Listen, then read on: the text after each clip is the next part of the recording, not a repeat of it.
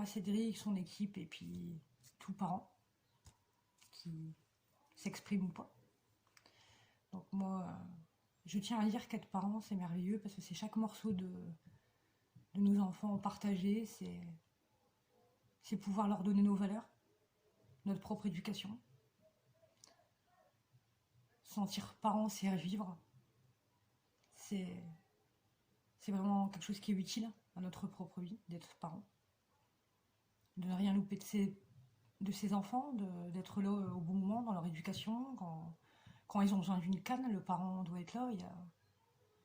Et quand on s'est rendu, c'est juste merveilleux.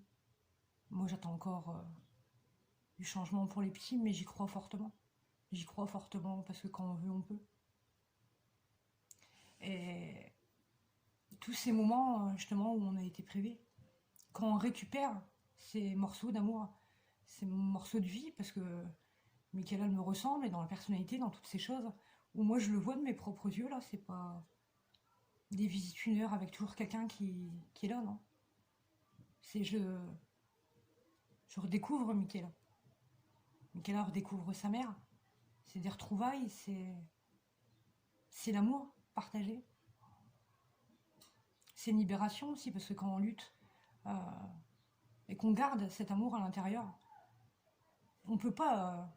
Je pouvais pas donner à Michaela mes bras, je pouvais pas la serrer. Comme avec les petits, j'ai encore du mal, parce que c'est tout donné. Mais moi, je vous donne tout, mais après, je repars quand même. Je repars et je suis toute seule.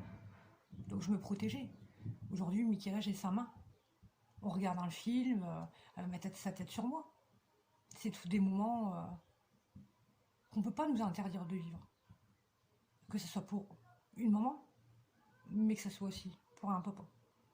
Quand le parent il est intelligent et qu'il sait mettre son histoire personnelle de côté en tant que femme et homme, quand il sait qu'il va le faire pour l'enfant qu'il a désiré, parce que c'est apprendre à qu'il puisse se construire, mais avec ses 2 parents, il va apprendre aussi la stabilité, voir les 2 repères, hein, parents.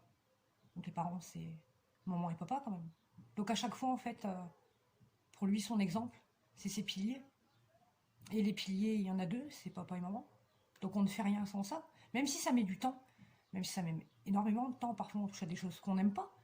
Mais sur cette table de communication, si la table de la communication a été instruite, si on l'utilise à bon escient, au bout du compte, on a une belle entente pour les enfants, quoi. Moi, je pense qu'à un moment, il faut être intelligent. J'ai compris plein de choses. J'ai compris sur le tas. À les entendre aussi, parce qu'il y a eu des bons conseils. Je ne dis pas que tout est noir, c'est pas vrai. Hein. J'ai eu des bons conseils. Aujourd'hui, j'ai eu des professionnels qui ont pu me remettre aussi moi-même en question. On n'est pas parfait. Mais au bout du compte, il y a l'évolution de partout. Quand on veut, on peut. Moi, je pense que chacun des parents devrait penser comme ça pour son enfant. Parce qu'il faut pas être égoïste. Et que pourquoi une séparation? Parce que le couple, il va pas. Pourquoi que c'est la parentalité qui serait touchée aujourd'hui, quoi. Donc là, je partais dans autre chose.